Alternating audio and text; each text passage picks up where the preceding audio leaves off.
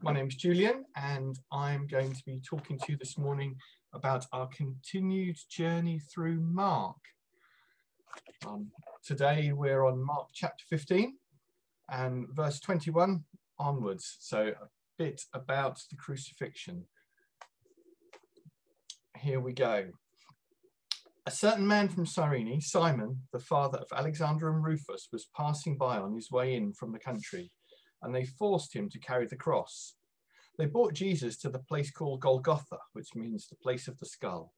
Then they offered him wine mixed with myrrh, but he did not take it, and they crucified him. Dividing up his clothes, they cast lots to see what each would get. It was the third hour when they crucified him. The written notice of the charge against him read, "The King of the Jews." They crucified two robbers with him, one on his right and one on his left. Those who passed by hurled insults at him, shaking their heads and saying, "So, you who are going to destroy the temple and build it in 3 days, come down from the cross and save yourself." In the same way, the chief priests and the teachers of the law mocked him amongst themselves. "He saved others," they said, "but he can't save himself. Let this Christ, this King of Israel, come down now from the cross, so that we may see and believe." Those crucified with him also heaped insults on him. And that's a very cheery way to start the morning, isn't it? So I thought what we'd do is we'd have a quick amble through that passage again, pointing out a few bits of interest, and then actually think of something we can learn from it for today. So the first thing I noticed was how Simon got roped into this as well. So if you remember yesterday, we learned how Jesus had been flogged, which is pretty gruesome, and probably left him incredibly weak.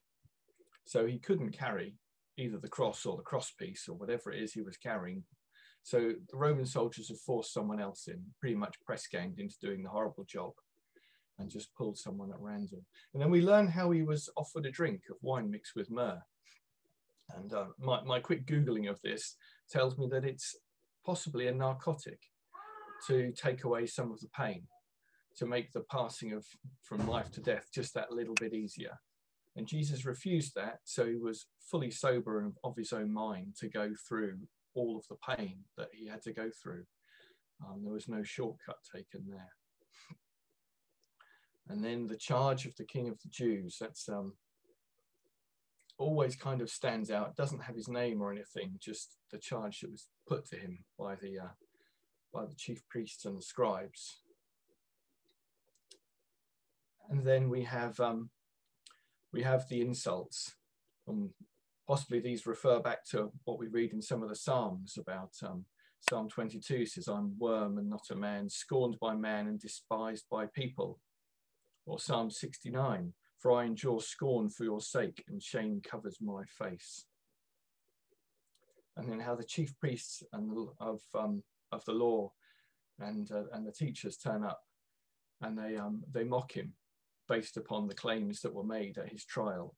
First of all, that he was going to destroy the temple and rebuild it, and secondly, that he was Messiah. So it's a rather sobering passage, but what have we got that we can think of today? Well, Jesus came to earth as God and man for a mission. And he grew up, and we know a little bit about his birth and not very much about his growing up. We know he went to the temple and stayed there because it was his father's house and chatted with the scribes. But he probably had a relatively normal life for a while, and then he started his ministry. And as we looked back a few weeks ago in Mark 1, Mark describes it as, this is how the Messiah comes. And then there were questions of his authority to forgive sins, his authority to do healing, his authority to do work on Sunday, and his authority of keeping the religious laws. And these were challenges that were made to him, but he still kept going because he had a mission to do. And he eventually there's some crowds turn up, and he heals the crowds, and he teaches the crowds, and he feeds them as well.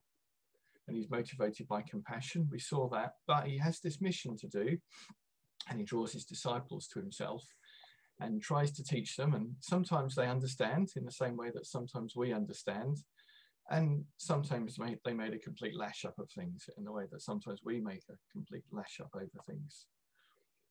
And then more recently, we learned how he started going up to Egypt at the time, Jerusalem at the time of the Passover. So again, he's got this mission. He knows what's coming. He knows where he's going. We read about incidents that happened on the way to Jerusalem and how people were starting to get a bit worried. You know, we've seen him clear the temple, and these are not things that you take on lightly, because there are going to be repercussions from it. And then finally, we've worked up to the main goal here, which is dying, so you can come back to life again.